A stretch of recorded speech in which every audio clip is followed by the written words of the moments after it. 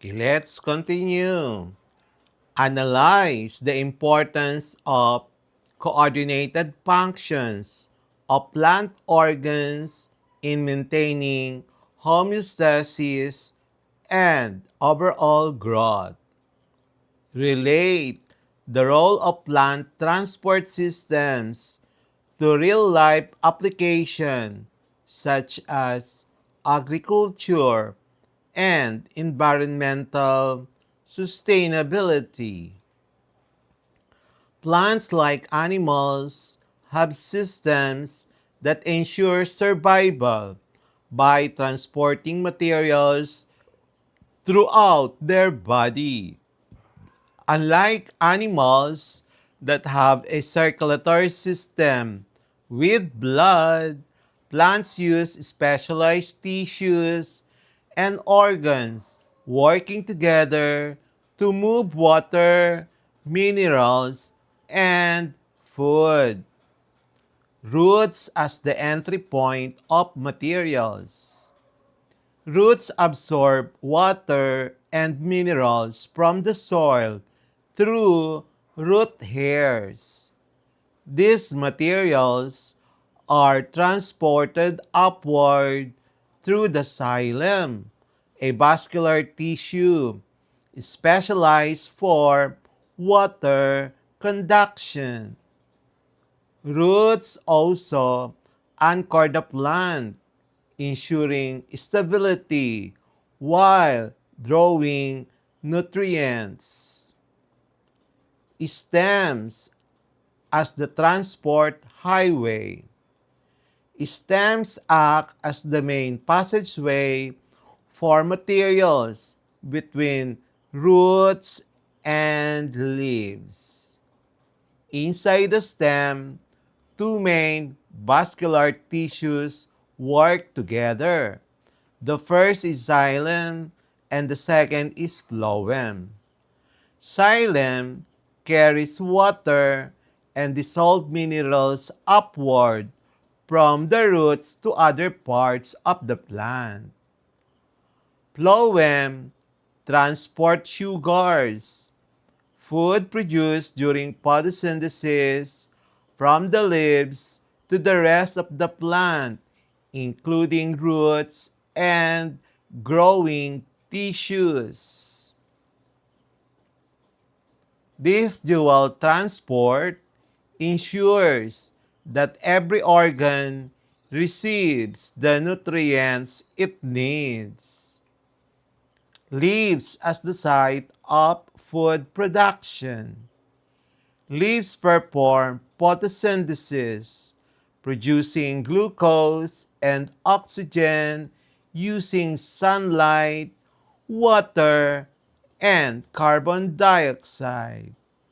The glucose is converted into sugars that travel through the phloem to supply energy to non-photosynthetic organs like roots and stems. Leaves also regulate water movement through transpiration, which creates a pulling force that helps move water upward in the xylem. Interaction of plant organs. Roots, stems, and leaves form a coordinated transport. Roots provide water and minerals. Leaves produce sugar. Stems distribute these resources throughout the plant. This continuous exchange maintains plant growth, reproduction, and survival. Importance of transport in plant life. Without proper transport, plants would not be able to maintain target pressure, which keeps them upright, grow and develop new organs, survive in changing environmental conditions. In agriculture, understanding plant transport helps in improving irrigation, fertilization, and crop productivity. Practice problems for our quarter 3 biology lesson 4. Transport systems in plants, how organs work together to move water, nutrients, and food. Number 1. Explain how root hairs contribute to the transport of water and minerals in the plant system. So we're given roots absorb water and minerals from the soil through root hairs.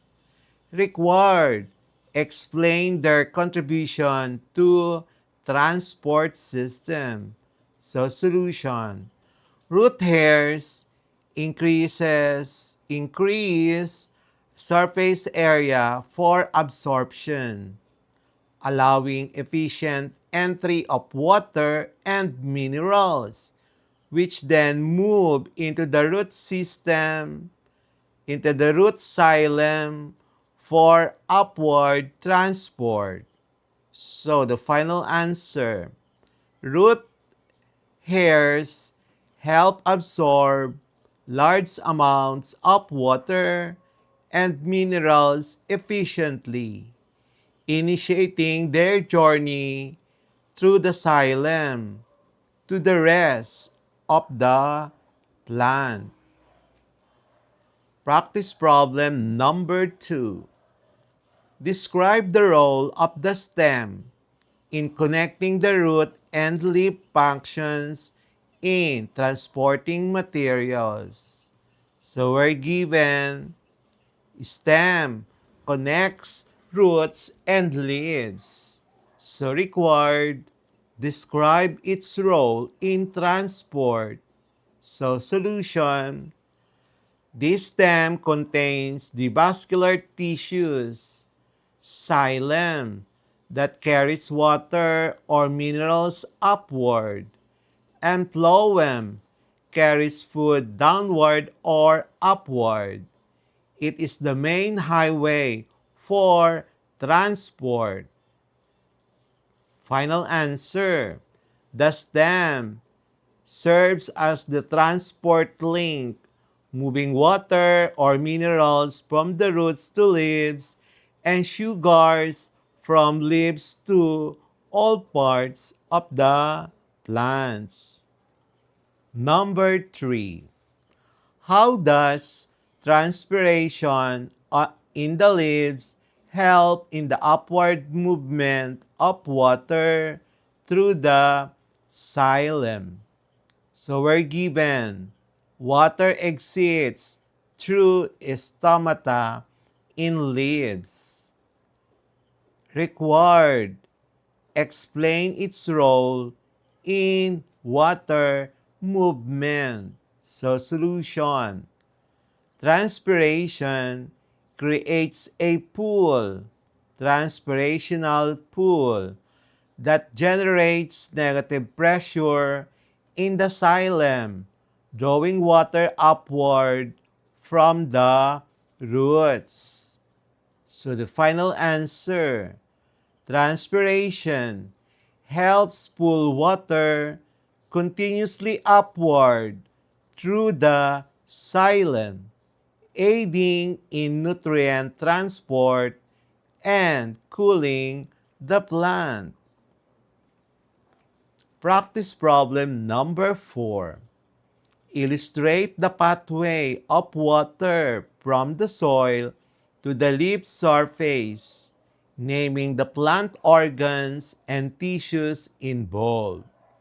So we're given water starts in soil and ends at leaf surface.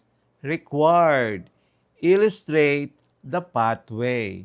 So solution, soil to root hairs, to root cortex, to root xylem, to stem xylem, to leaf xylem, to mesophil cells, and then tooth evaporation at stomata.